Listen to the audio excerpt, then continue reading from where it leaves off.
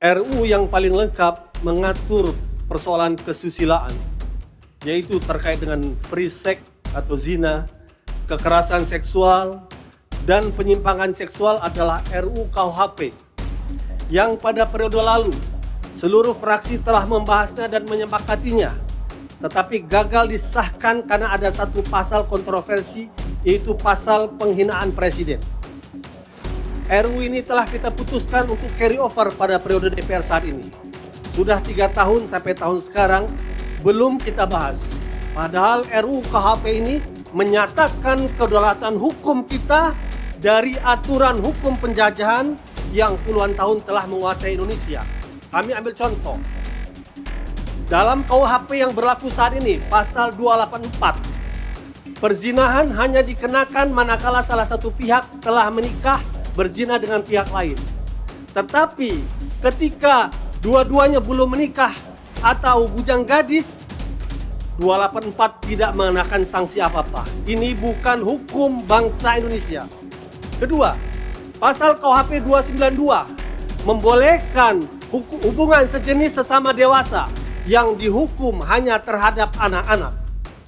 RUU TPKS yang baru kita sahkan tadi, yang kita semua sepakat untuk menghukum sekeras-kerasnya para penjahat kejahatan seksual. Tetapi RUU TPKS sama sekali tidak merubah, tidak berbicara pasal 284, pasal 292 tersebut.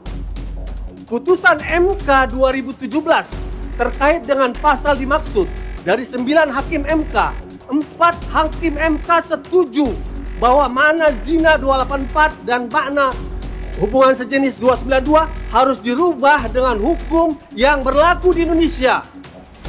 5 hakim MK tidak menolak, menyerahkan kepada DPR untuk merubah pasal tersebut.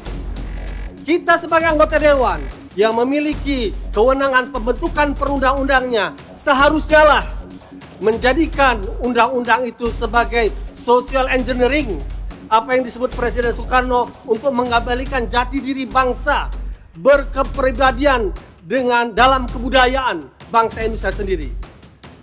Oleh karena itu, RUU KUHP seharusnya bisa berbarengan kita dengan RUU TPS kita sahkan. Karena kalau tidak, RUU TPKS bisa bermakna sebagian saja. Kekerasan seksual kita tuntut, tetapi ketika tidak ada kekerasan seksual, tidak ada hukum yang bisa menghukumnya saat ini. Saat inilah pimpinan yang saya muliakan. Era pimpinan, ambillah kesempatan ini, tonggak kedaulatan bangsa untuk mengembalikan hukum bangsa Indonesia sesuai dengan Pancasila, dengan Undang-Undang Dasar kita, dan norma yang hidup di masyarakat. Terlebih di bulan Ramadan, 17 Agustus tahun 45 adalah bulan Ramadan.